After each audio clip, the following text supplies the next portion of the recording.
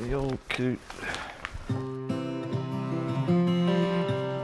Chris Armstrong may look like he's relaxing, but he's really hard at work, looking for inspiration for his creations, works of art in felt.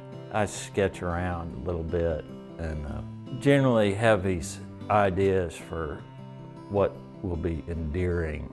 And I collect a lot of old children's books, the old illustrators. So I get a lot of inspiration from them, but they're really generic characters in a way. Although people will see a toad and they'll say, oh, that's such and such a toad, or that's Mr. Toad. And I say, absolutely, it is.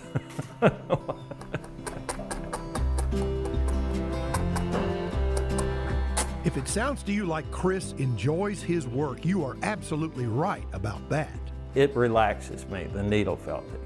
A lot of people come to me and they say, oh, I tried that and it was nerve-wracking and it stressed me out. But the repetitive motion, I think, relaxes me.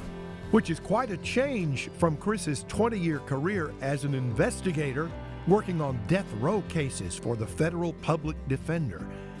When he retired from that stress, he picked up the craft he had set aside for a decade.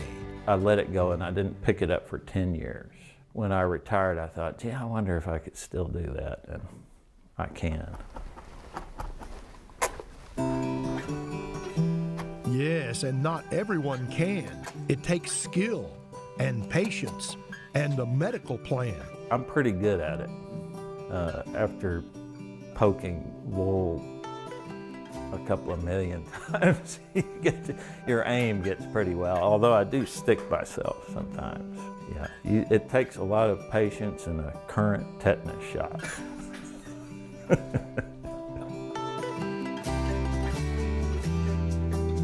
It may look like it's just a matter of poking the felt rather than your own finger, but it's knowing where to poke and how often. If you poke it 1,000,000 times, it becomes a sheet of felt. If you only poke it 50,000 times, it becomes a raccoon with a vest on. Chilling. After Chris works his magic, a cat or a fox turn into works of art. They look like toys, and a lot of at craft fairs I'll put out some that I don't mind if they're torn up for kids to play with, but they're not terribly durable because the wool is hanging onto itself by a thread, literally. So they're meant to be displayed and enjoyed. Chris goes to a few crafts fairs each year and gets an almost universal reaction to his creations. Everybody smiles when they see this stuff. It's the wool lends itself to furry animals. I always loved the wind of the willows when I was growing up, and I started doing it for the children's festival. So I make a lot of otters and raccoons and just critters dressed up like people in unlikely situations. So people get a kick out of these, and they say it's very soothing.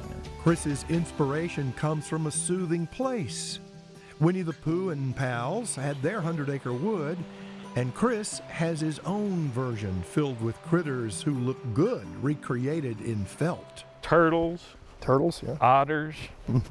I've made a few beavers, and wood ducks. Wood ducks, They're beautiful. They look like they came from Mars or something. Speaking of otherworldly places and beings, Chris has recently branched out from the animal kingdom into the world of myths and legends. I got a book of fairy illustrations from the 1900s, and I started making fairies. And people love fairies. There's all these subcultures that run the gamut.